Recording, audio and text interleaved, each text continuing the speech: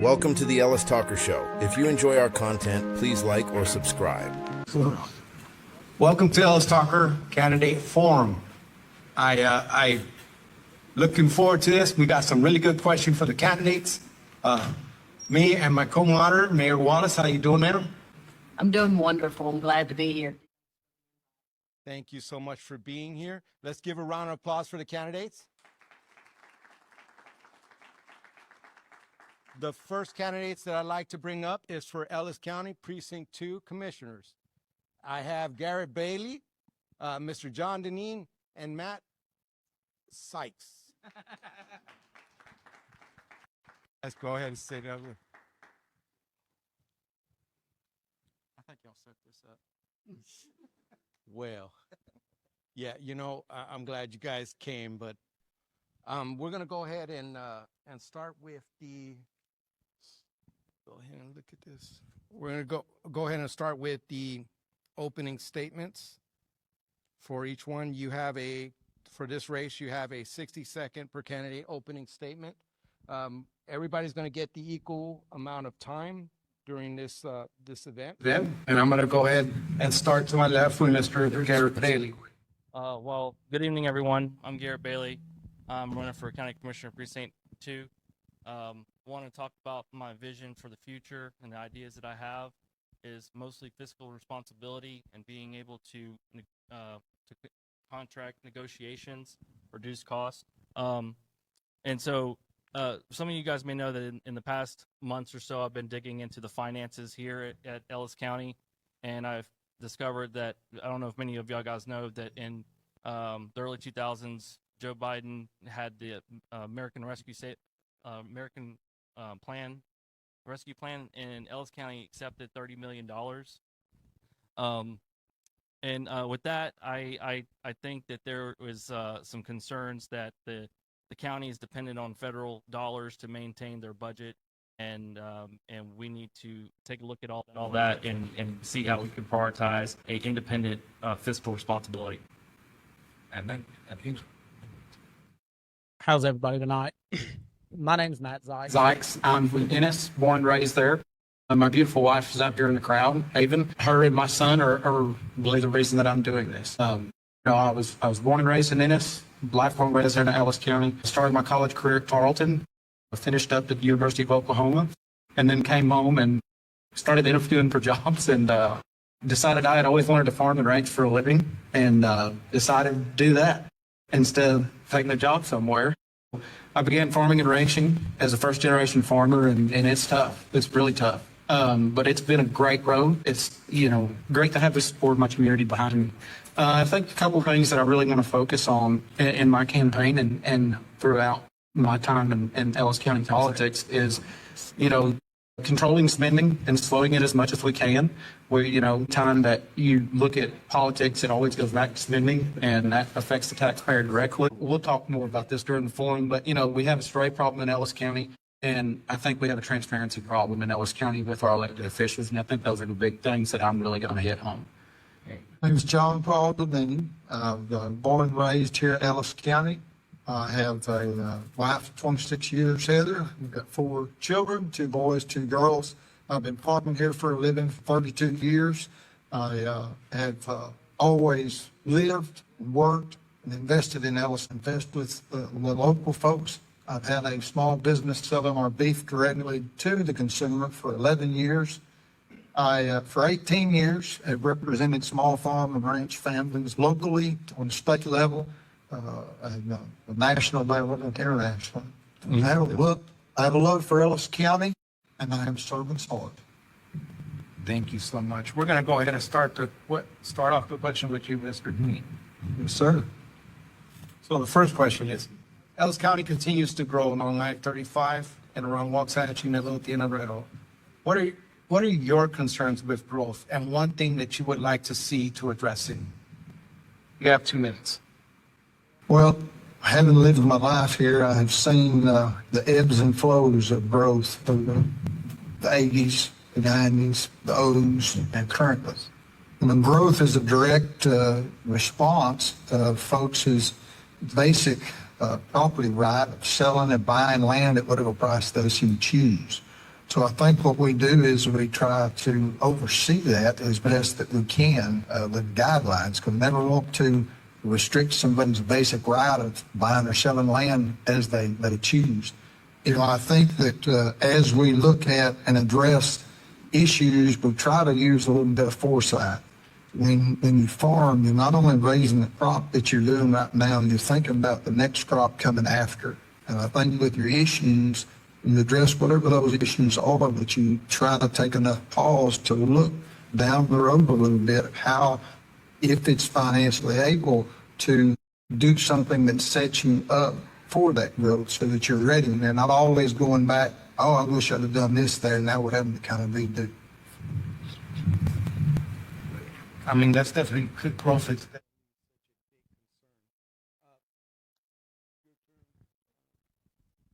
Okay, next candidate for the next question. Property owners feel tax pressure even when rates decrease or cut. How would you balance these concerns with the need to provide services?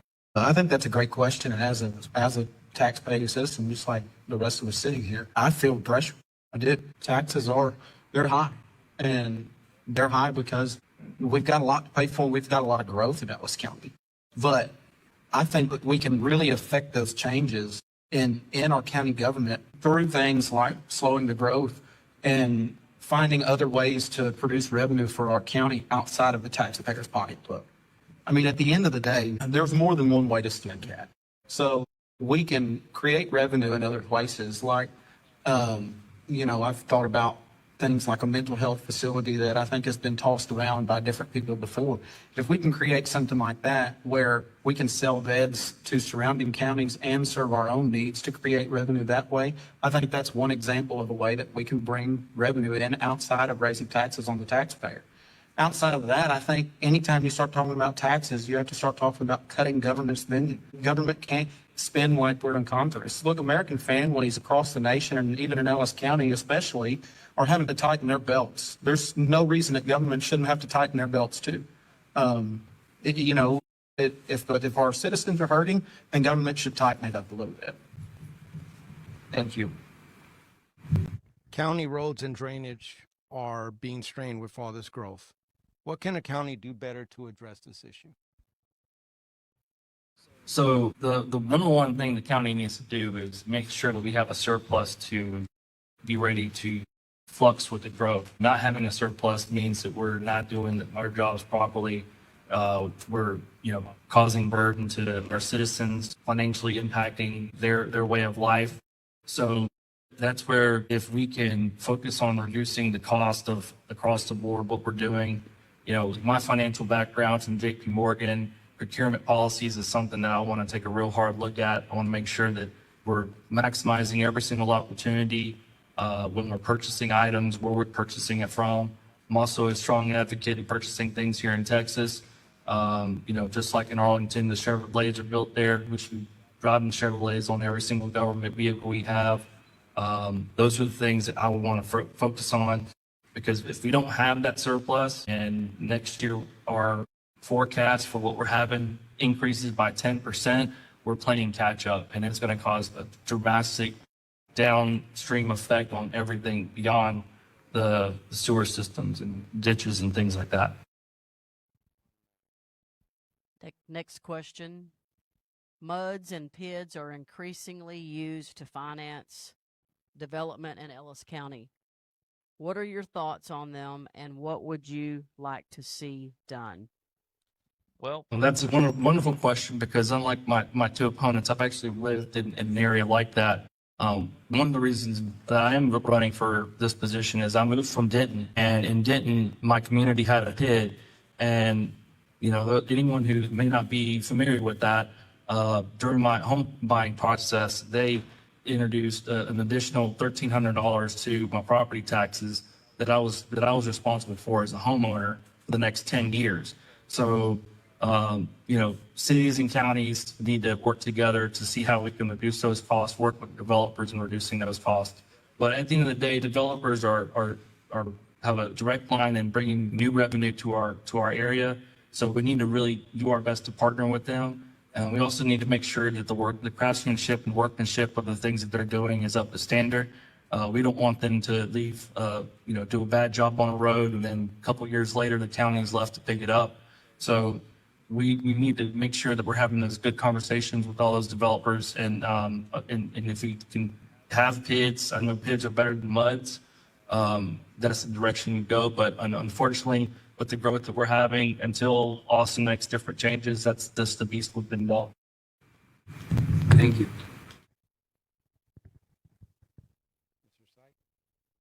Public safety is a core duty of the county. With jail capacity, staffing, response times in mind, where should Ellis County invest more, and what will your position be on law enforcement?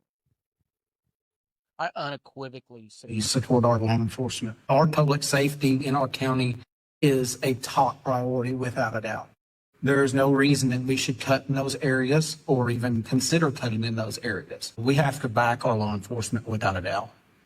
I think that plays well into what I talked about last was, a mental health facility. I think that you can ease some of the overcrowding in the jail by having that mental health facility, because you pull those folks out of the jail and put them in a different facility. And yeah, we're talking about spending money, but as we sit right now, I know the county is considering building a new jail, and that's going to cost a lot of money. So if we can use this as a in-between to push that cost to later, to where we can raise the money to really be in a good position to do that, we can build this facility. And I think if we build it the right way and manage it the right way, we could have the revenues from selling the beds in place to surrounding counties or cities or whatever really help offset the cost of that, if not generate revenue, as I talked about. And I think that's really going to make an impact. It's one thing that could really make an impact. And we have to continue to bolster our law enforcement, everything that they need within reason. I mean, we don't need to go spending like we're in Congress here and just write checks to them without a book on the back of it. But, I think definitely support our law enforcement every way that we can, and look into those other avenues instead of just taking on a behemoth of a project like building a new jail. Mr. Deneen, economic development deals can promise jobs, but create future obligations. Under what circumstances would you vote no, even if a deal is popular? Oh, if we were giving them a tax abatement, I think there's plenty of incentive for folks to move here as a business, but I don't think we need to give them tax abatements to come in. We have an ample workforce, smart workforce that would be prime for any business to come. What principles guide you, and how do you translate to how you would govern if you were elected? I started my career in California as a 1099 employee, meeting with small business owners, and I saw firsthand the struggles that small business owners make. Sometimes running a one-man operation, sometimes more than that, and through that experience, I learned that I have managed my finances and my expectations in the same way, and it was kind of shocking when I came to JP Morgan that one of the higher up below Jamie Dimon was going around the office and looking in trash cans, and he wanted to make sure that every employee had one cup in their trash can. Like, you cannot use multiple cups, and for $1 trillion company to have that kind of fiscal restraint says a lot. I'll make a comment. I was touring the Waxahachie police station, and they had these beautiful crystal nameplates on their desks. I mean, probably $30, $40, but that's an expense that taxpayers I don't think should have to burden over their name. I want to reduce costs in every which way possible, and by doing so, that's how we're going to maximize those opportunities to maintain the quality growth that Ellis County needs. Thank you so much. Should Ellis County adopt a no new debt posture, with the exception of to emergencies, and if so or not, why or why not? So as long as the debt can be serviced without raising taxes, I don't see it as being a bad thing. But typically in government, they'll say, this won't raise taxes $1, and then they'll do the project and the taxes go up. So I would say I would advocate for a no new debt policy, except for emergencies that may arise. You know, I know there's things that need to be done in this county. There's projects that need to be worked on, such as the jail, for instance. You know, before we take on new projects, let's really maintenance and take care of what we have and make sure it's running to the best of the ability we can, and try to make everything more efficient before we say, well, let's just get a new one.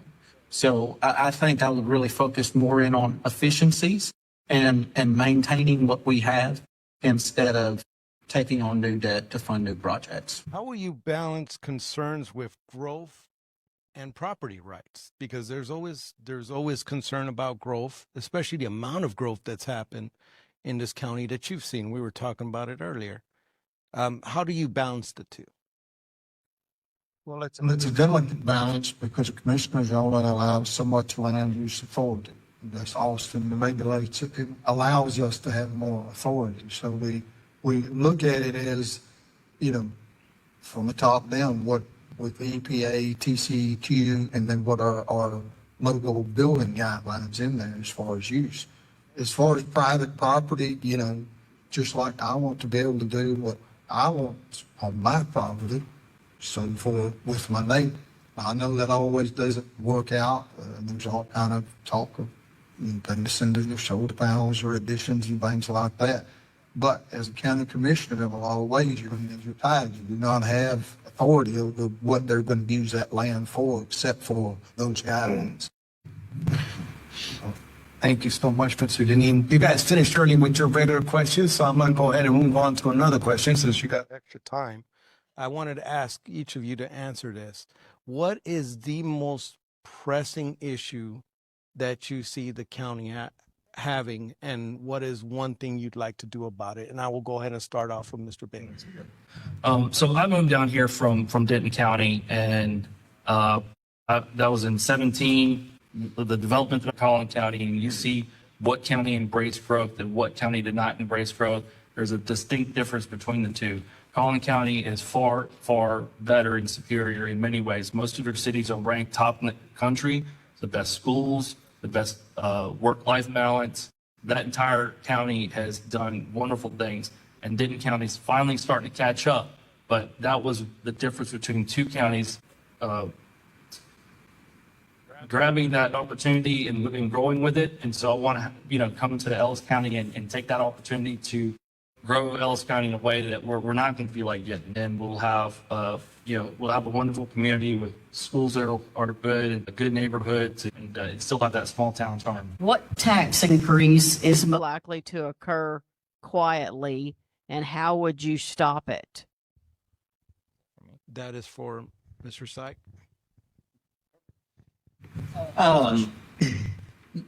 You said tax increase quietly. I think it's funny every time I get my tax appraisal in the mail, there's no tax rate on it. I don't know if that's a state thing or an Ellis County thing, but I think that's something that we can fix pretty easy because, we can say the value of something is $5 million, but if the tax rate's 1%, that's not too bad. But when they send you an evaluation on your home and it's, a $200,000 home, and then you get the bill later, you don't have nothing to plan for.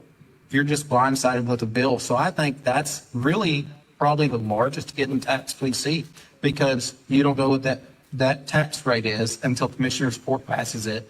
And I would dare to say they don't pass it before the appraisals go out. And if we can adjust our timing just a little bit on passing the tax rate to help our citizens, I think that'd be a really good thing to do. John, I'm going to ask you one more question and we'll go into the lightning round.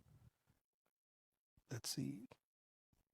How would you like the county to get developers to become more involved on infrastructure and road? Well, for the developers to get more involved on the infrastructure, which is just the roads, they're not going to have. County commissioners don't control water lines, they don't control sewer lines, we service the roads. But we have no authority to draw money for them or have them pave a better road or anything like that. So that would be a conversation that we would have to have with our state rep, which kind of is Brian Harris. And they would have to give us some authority to say, okay, you're going to add traffic to this road and they're going to widen culverts or something like that, and have some authority to say, just like we do when somebody comes in and they say we want to reopen the county road. We have the engineer go in and say, well, that would cost you this to open that road back up if they're wanting to sell lots on there. But we don't have that authority for housing addition and development. Is that a conversation you would take up with the state? You know, somebody asked me a question similar to that.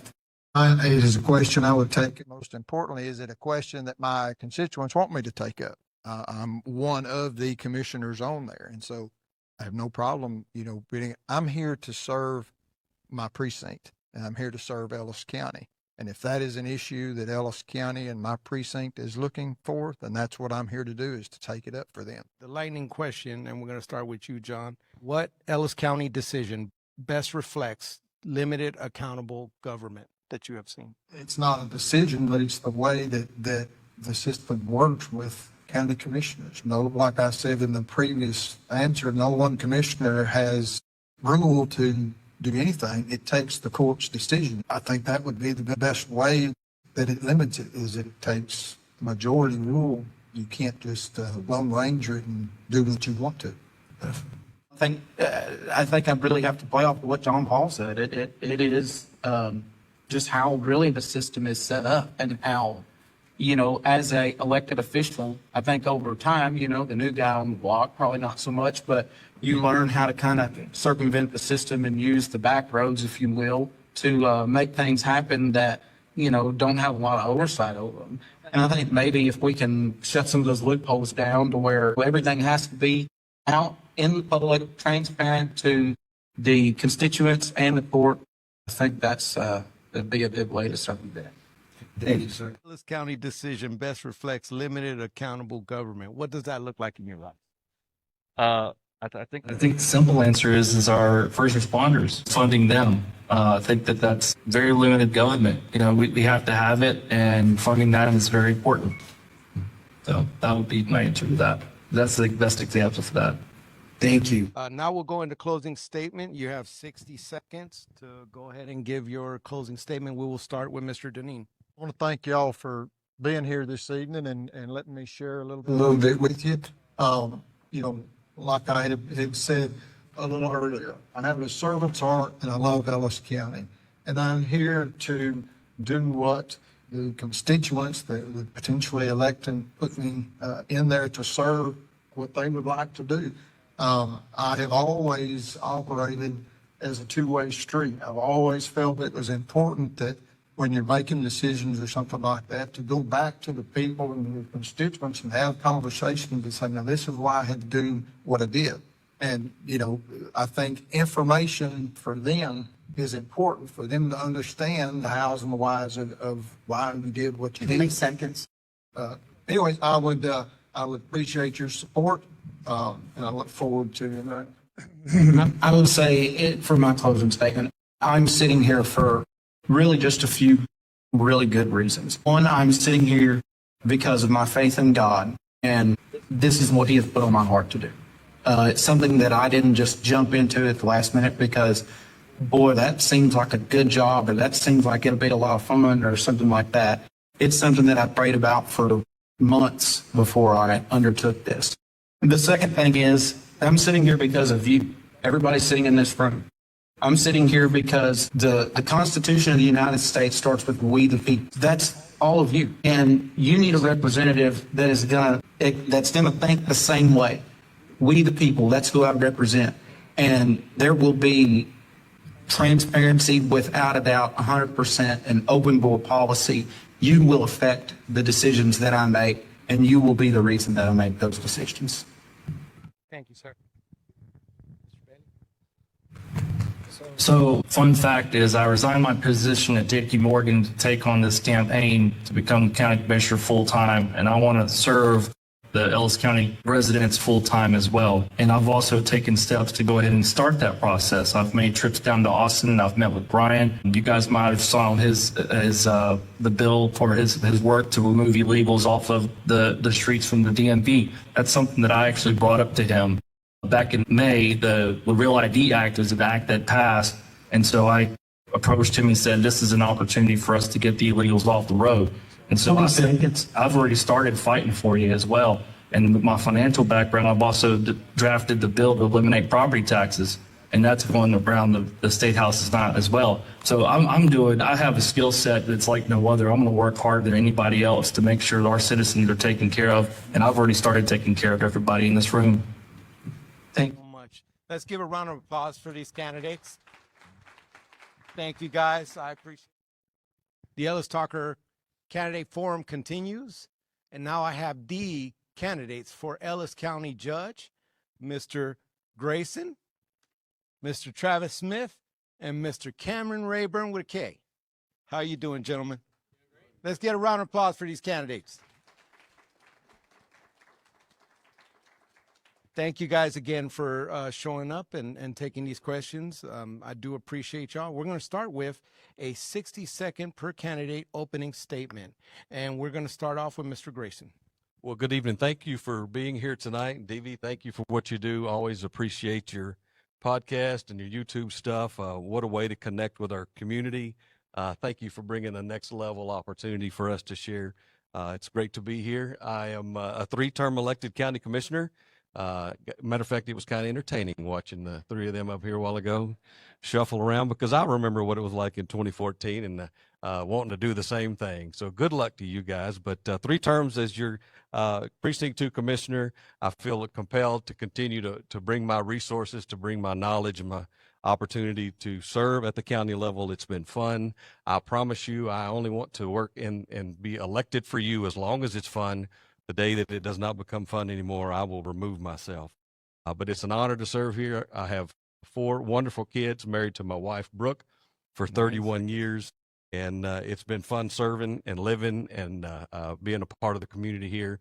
And I want to thank all of the candidates in the room, because there's nothing harder to do than put your name on a ballot and let somebody beat the tar out of you just to ask to get their vote. So thank you for letting me be here tonight.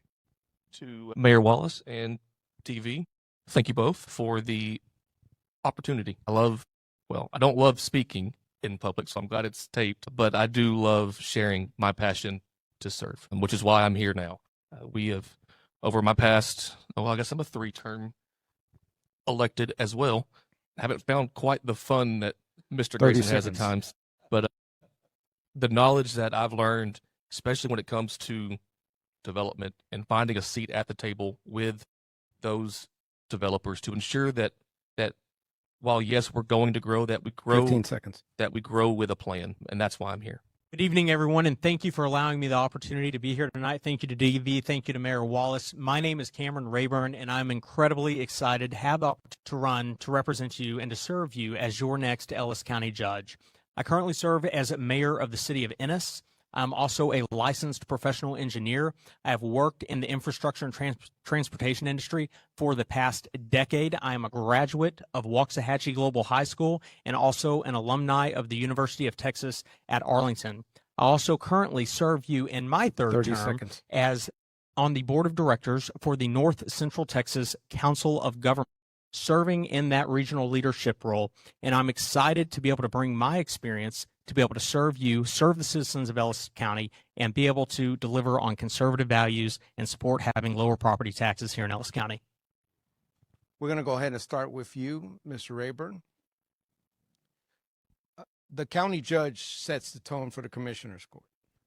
What governing principle will guide you if you're elected as judge? So yes, sir. The county judge's office sets the tone for commissioner's court, but it's very important to understand that the county judge's office is not a dictator of commissioner's court, because you have to be someone who can build consensus. It takes 3 votes in order to pass anything there at commissioner's court.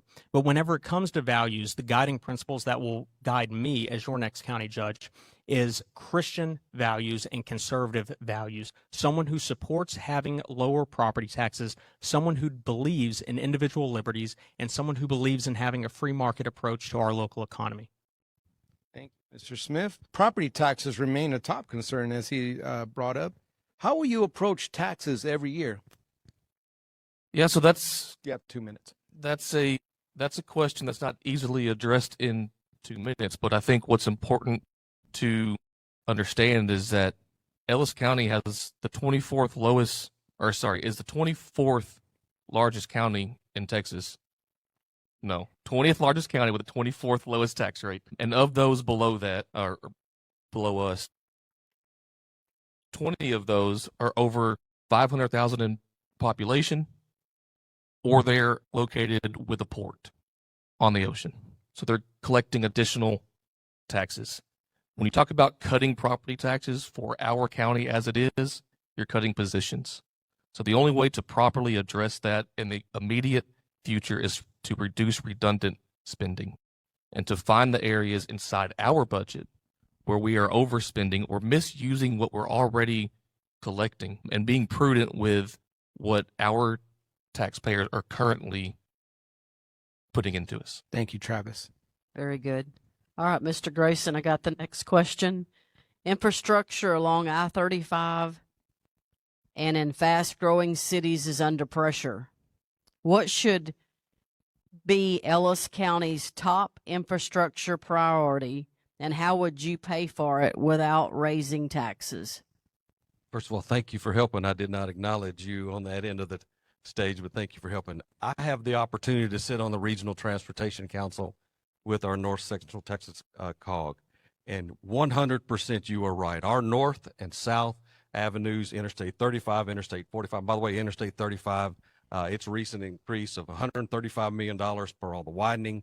All of our north and south areas are definitely doing well. It's the east and west. So what I've been able to do in my 8 or 9 years on the RTC is to help with those east to west thoroughfares. We've just recently completed Loop 9, east to west, making connectivity between 45 and 35, 1387, 664, all of those east to west.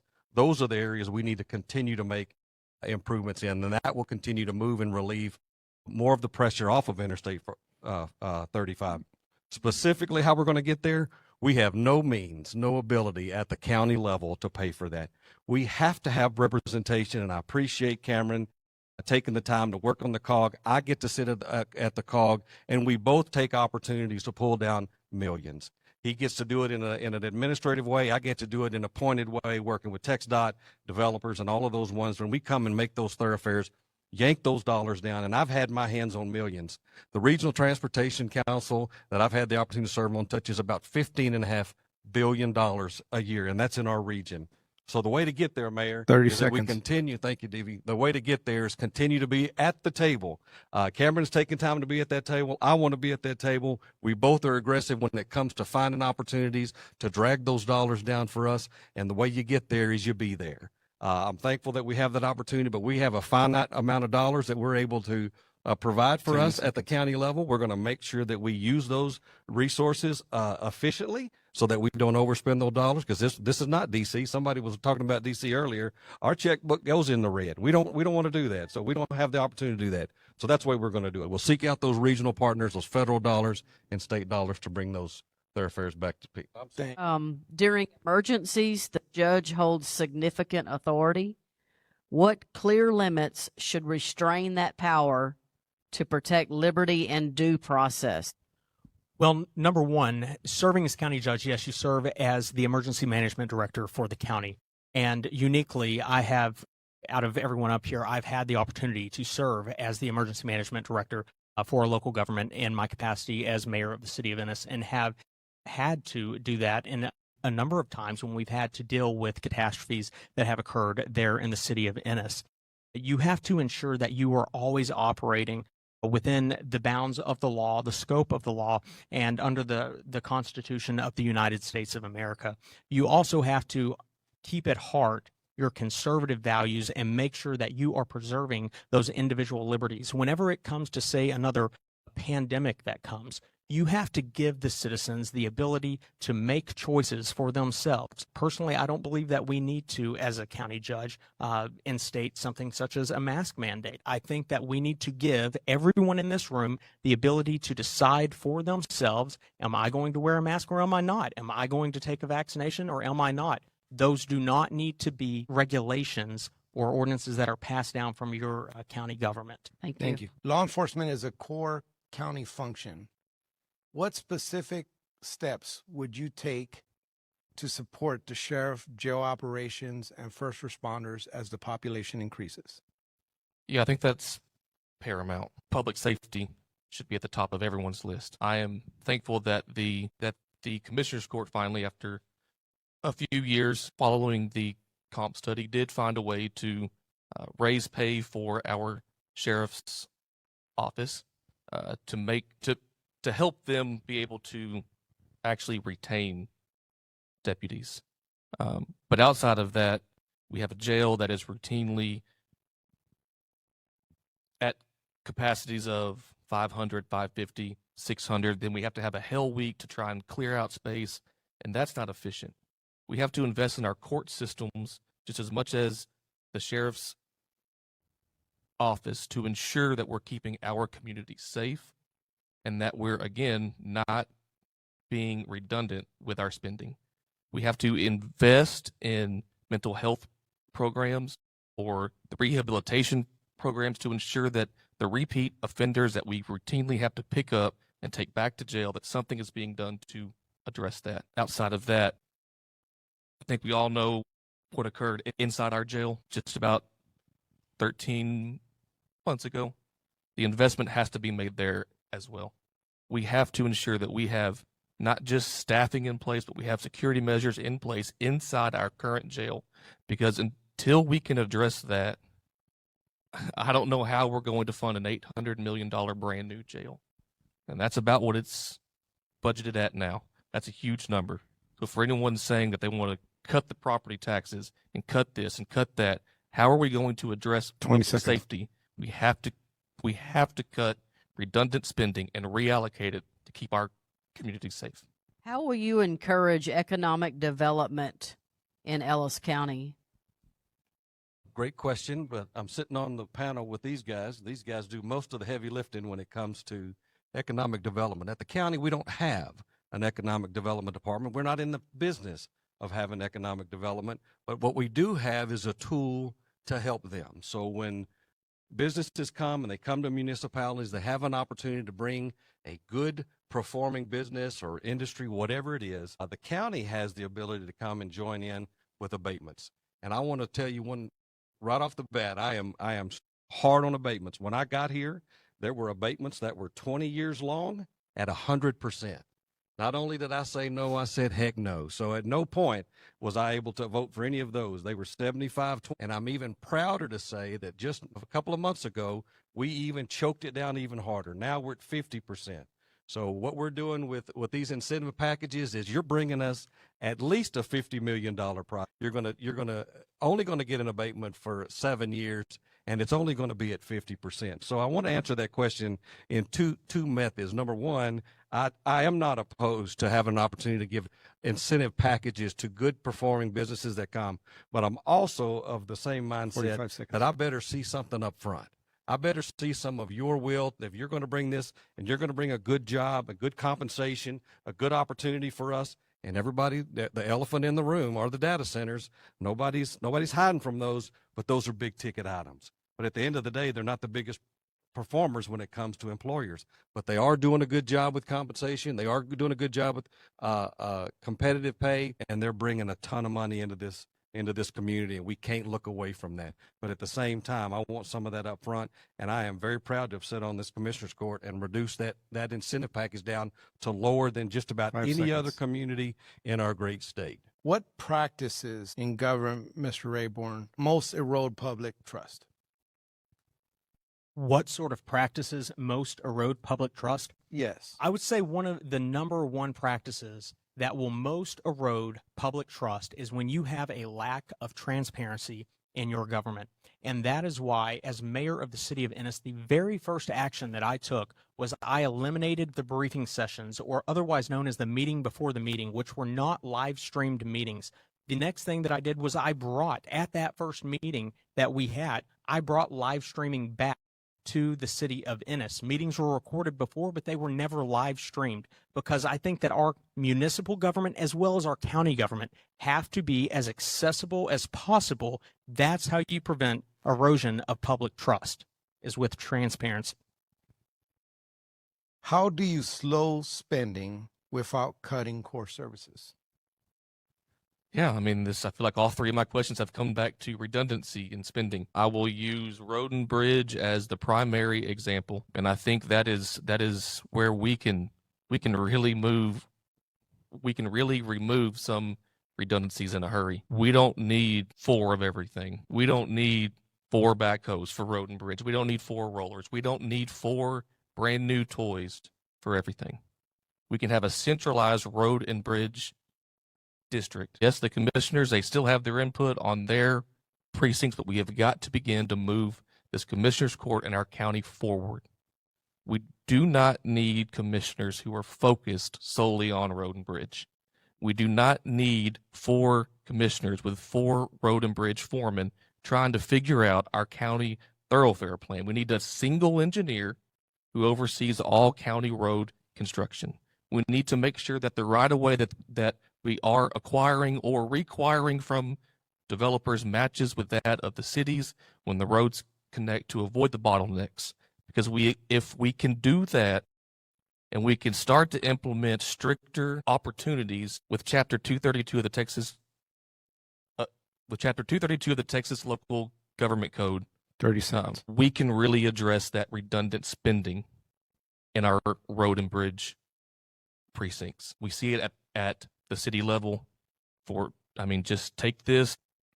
Ellis County, not including salaries, spent $4 million more last fiscal year than the cities of Waxahachie and Midlothian combined, who outsourced their road and bridge constructions and did over 120 miles fewer in roadway. Thank you so $4 million more. Mr. Grayson, what role should the judge play in growth negotiations? 2 minutes. There is no role in growth negotiations. You was said earlier, we're the 8th fastest growing county in the nation. They're coming. We don't get a role in stopping that, hindering that, impeding that. All we can do is reach out to our development practices, reach out to our density desires, and put in place policies that will keep the standard of living and the quality of living the way we want it to be. It's our city's responsibilities to doing a sewer and water and those things.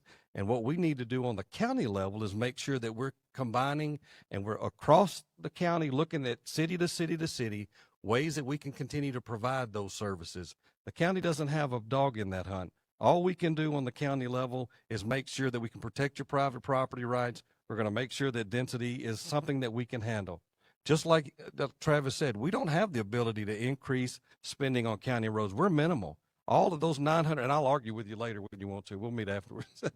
We got $12 million that we're going to spend on county roads, and we've got 900 square miles out here, of which only 25% of our community actually travels on. My point to saying that is that growth is going to be here. All we can do is negotiate standards so that when the folks are here and there's developments that have 800, 900, 20, I think y'all passed a 4,000 unit road that dumps right on out to an FM and then right out onto some county roads. 30 seconds. If we don't keep those standards wide, if we don't keep those standards stiff and hold those, and you said it once, we need to hold those developers accountable when they come in and they want to share the process of building that roadway, that accessibility of that development. We need to make sure that the standards that they build with are sustainable. The standards that they build with will not go 6, 8 years, but go 20, 25, and 30 years. We need concrete. We need them 24 foot wide. In some county areas, believe it or not, luxury. We've only got $12 million to deal with, and that's for all 4 of us. I'll meet you afterwards. Thank you. Thank you. No, it stays with you. We're going to go into lightning round. Lightning round. Lightning I'm round. Not that It's- fast, so slow. We got a 30-second. Okay. We're going to go ahead and what decision best defines responsible conservative leadership as a county judge? Absolutely.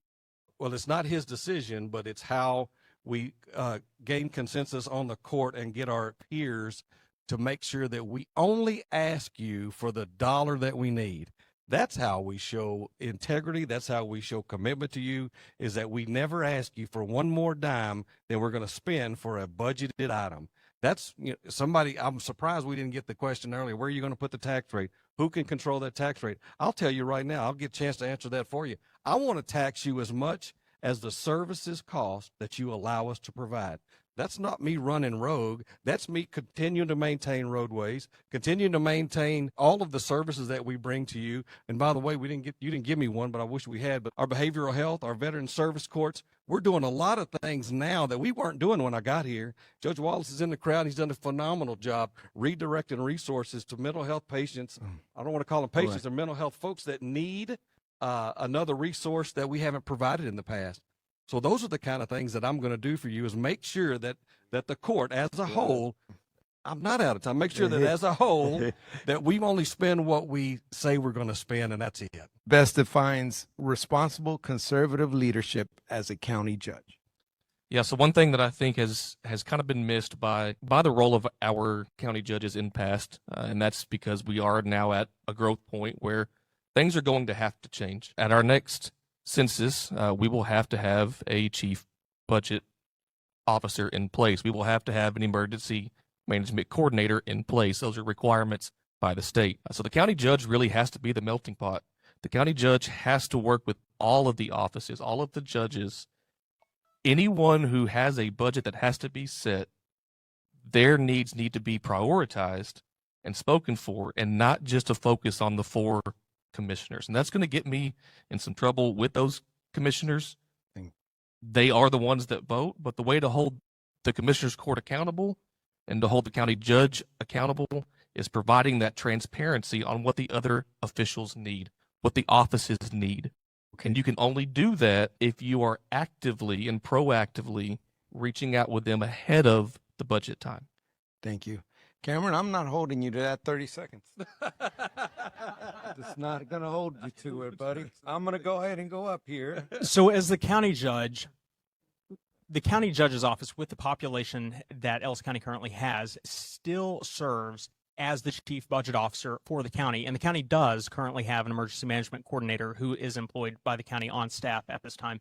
But as the chief budget officer for the county, it is most important that you approach that budget line by line. And you have to have a leader who is willing to stand up and who is willing to say no when you have wasteful spending that is identified. And I think that one of the most important conservative things that you can do when you are considering a budget and spending within the county is that you cannot even begin to consider increasing property taxes in a year and providing multi-million-dollar tax abatements to new development that are coming into the county. I don't know about the rest of you, but if you checked your property taxes this past year, your property tax rate for the county increased. I can tell you that I proposed a decreased property tax rate last year, and the city commission unanimously voted to approve the property tax rate that I proposed as the mayor that reduced property taxes for the citizens who reside in the city of Ennis. Thank you. Okay, now we're going to go into closing statements, and we will start with you, Mr. Cameron. You have 60 seconds. Again, my name is Cameron Rayburn, and I would be absolutely honored to serve you as your next county judge. I'm uniquely qualified to serve as your next county judge. As a career civil engineer, I'm not a career politician. I am trained, experienced, and educated on how to be a complex problem solver. And as the county continues to grow, we are going to see more complex problems that are brought before us. I currently serve you at the regional level on the executive board of directors for the North Central Texas Council of Governments, and I'm now serving my 3rd term representing you at the regional level. And I am also a conservative Ellis County Republican, and I think that is the most important thing that you all need to consider when you decide who you want to serve as your next county judge. I'll keep it short and sweet. I'm here because I felt a need. I felt the calling. what we have done over the past 5 years in the city of Waxahachie alongside Mayor Wallace. We have a couple more here as well. What we have accomplished to work with developers, not against them, but with them to ensure that we get the wins we need to grow in the right way, to grow correctly, to not allow urban sprawl to continue. I have that experience, and I'm the only one up here that does. Over my 5 years and 3 terms on the city council, I have made mistakes. I have learned the hard way on how development can go wrong and go wrong in a hurry. And I've also learned how important it is to work with all departments, in this case, the offices, to ensure that our budget is as concise and applies the proper spending where it's needed most. Lane Grayson, and it's been an honor to serve you. It's been an honor to be elected 3 times. Whether you think that kind of service is good or bad, let me tell you what it has brought. It's brought an incredible amount of experience and opportunity to see how we do at the county level. I'm a businessman. I'm a believer. Those are my principal functions. Spending conservatively, spending only what I have to spend, not what I want to spend, but what I can earn and have. Leading with a moral compass. I am honored to sit on your commissioner's court with other believers that have the same principles and the same values. We're all conservative. We don't want to overspend and overtax.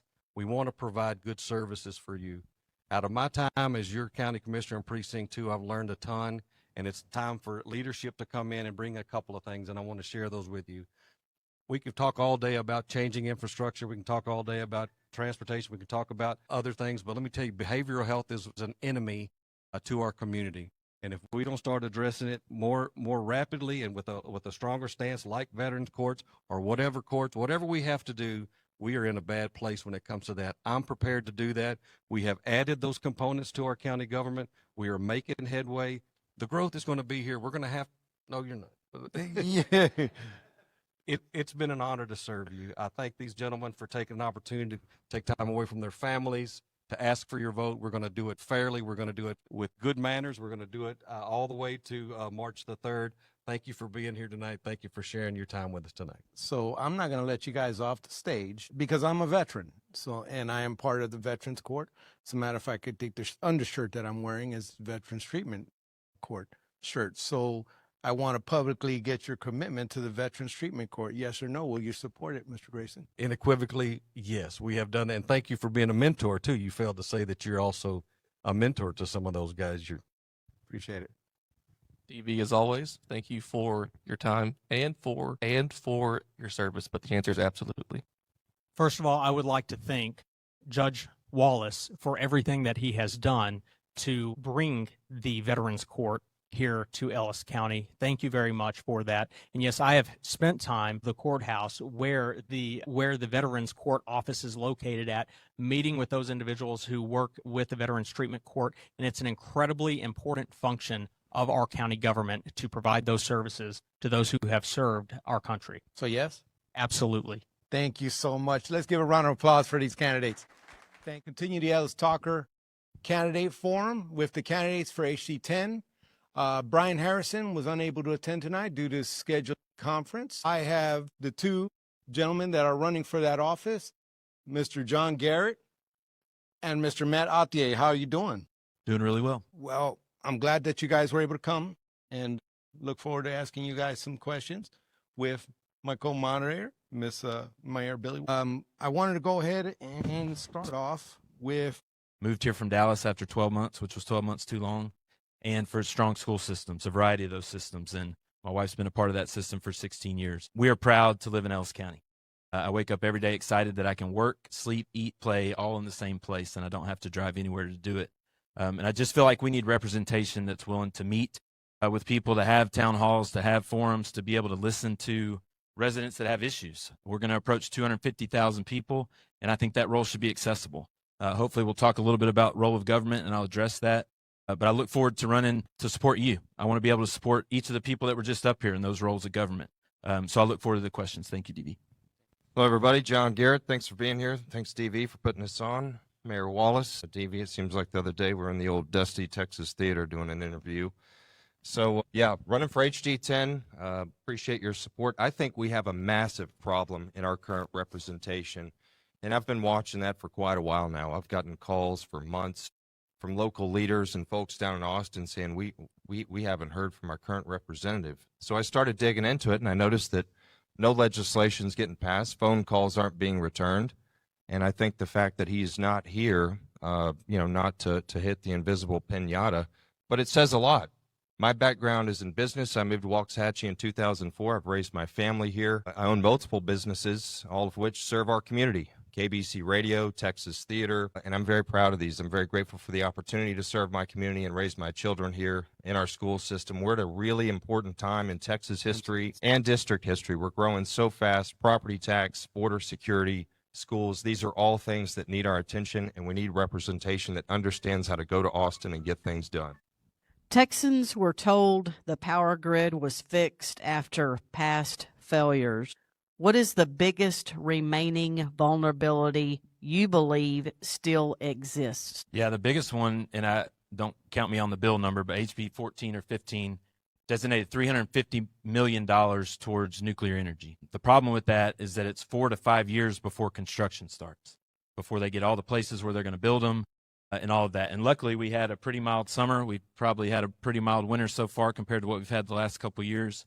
And that's the risk that you run, is that when you have these massive events when it comes to energy, and the stats on wind, solar, natural gas are just way below where they're going to need to be, specifically in Ellis County. We talked about data centers with the previous two panels. I heard a stat that 1/3 or a quarter of the total energy in the state of Texas will be used up by the data center corridor, which primarily is Ellis County. And not to say those aren't options for tax revenue and all those sorts of things, but you have to be ahead of the curve. So 4 to 5 years before we see the benefit of nuclear energy is a problem.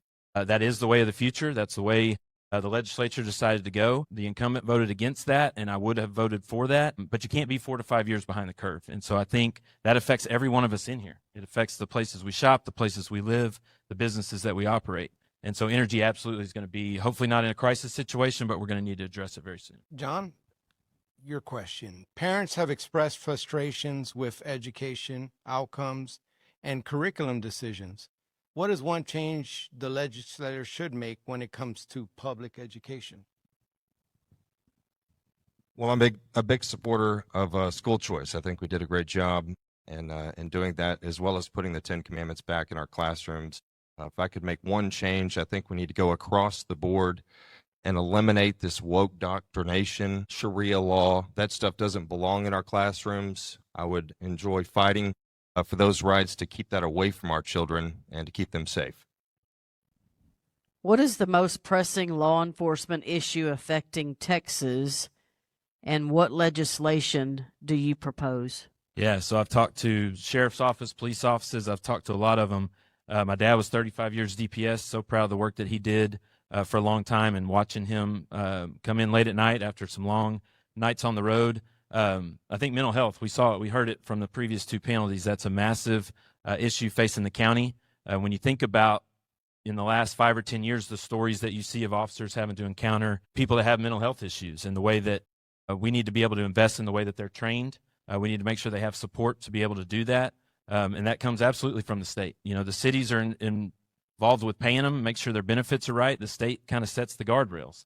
And if mental health is something that obviously is impacting our county, we heard it tonight many times, then we need to make sure our law enforcement has the tools at ready, and not 4 to 5 years after the fact, or we're end up on the news story because an officer wasn't trained right. And so absolutely that's where the state comes in and say, let's provide training to make sure those officers know how to handle every victim that they encounter. Texans here calls that taxes are going to be cut every session. Should Texas abolish property taxes?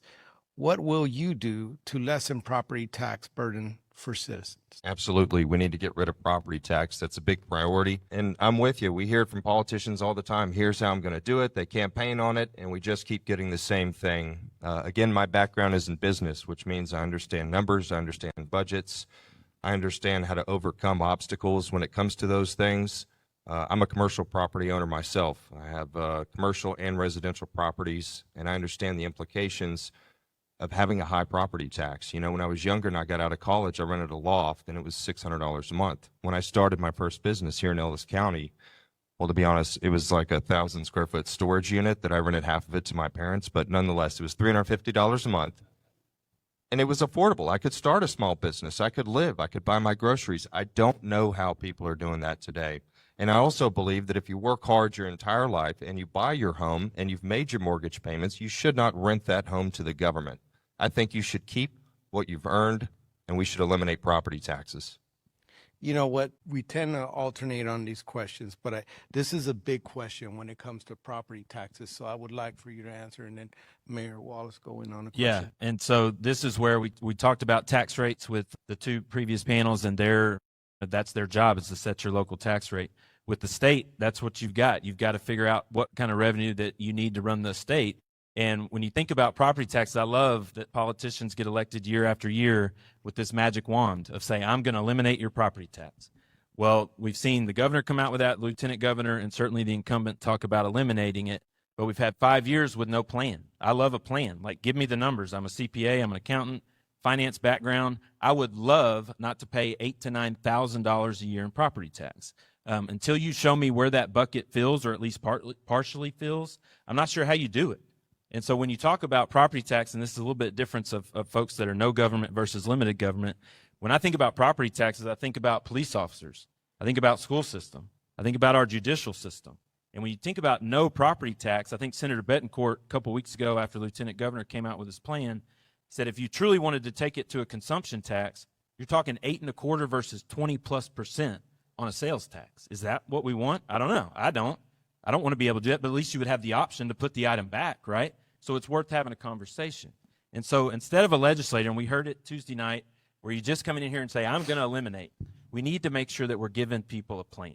Because when you eliminate schools, when you eliminate cities, when you eliminate police officers, what's going to happen to your city and your community? So absolutely we need a path forward. That's a $45 billion a year hole to fill, just the M&O portion of a school district's tax rate. And so where is that money going to come from?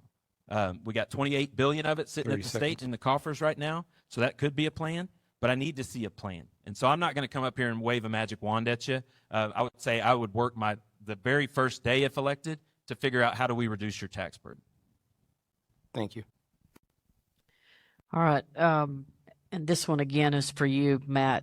Social issues have been a major part of legislative sessions.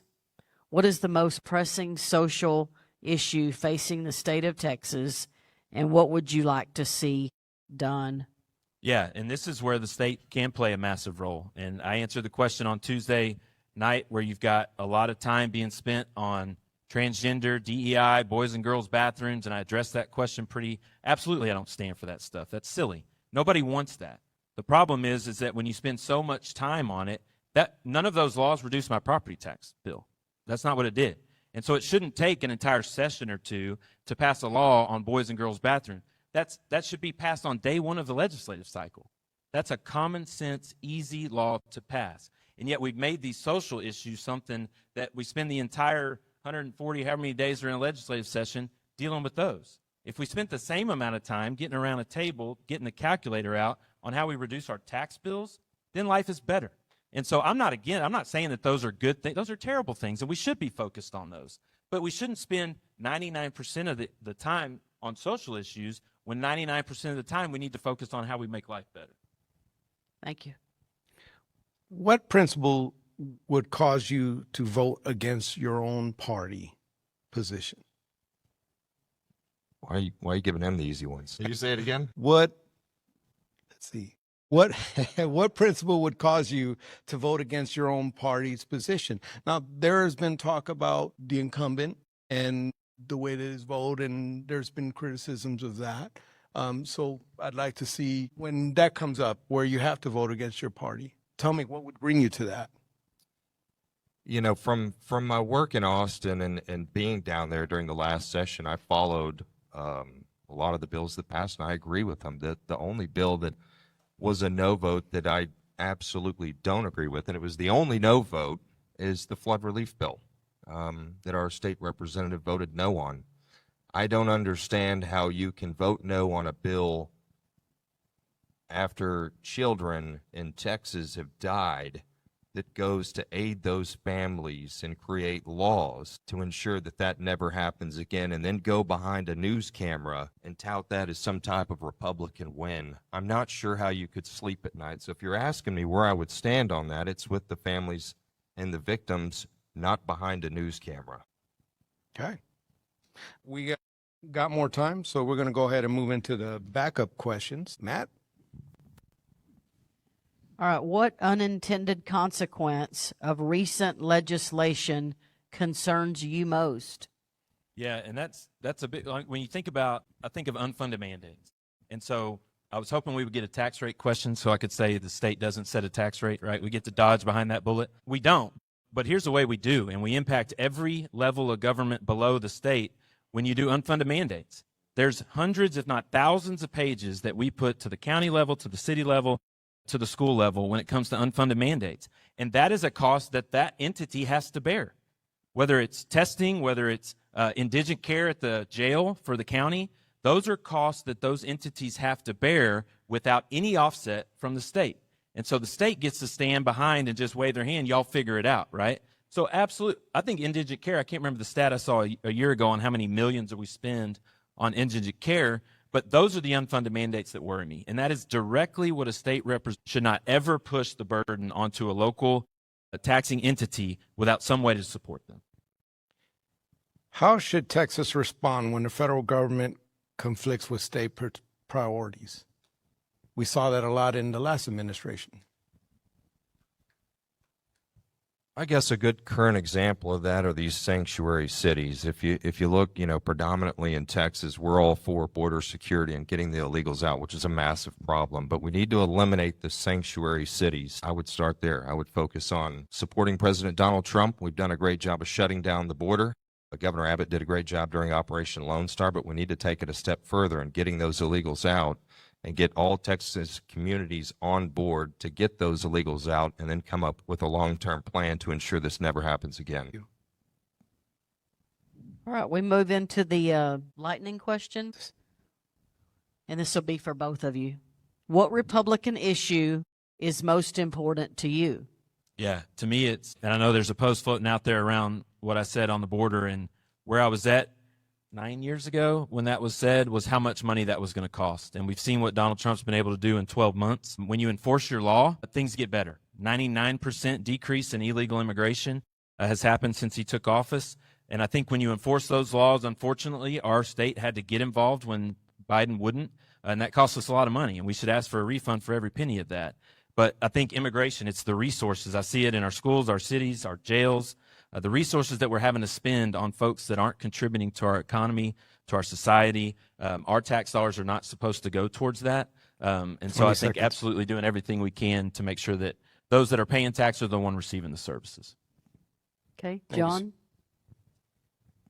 I would agree. Border security. That's the biggest thing. And again, I agree with Matt. Extremely expensive. I know this because I was down on the border when the Haitians started coming across Del Rio. Governor Abbott asked us to go down there and set up the military infrastructure that housed our troops. And it was extremely expensive. And then we had to move to other locations along the Texas border. And in a way, we would just put out one fire and they would move to the next one.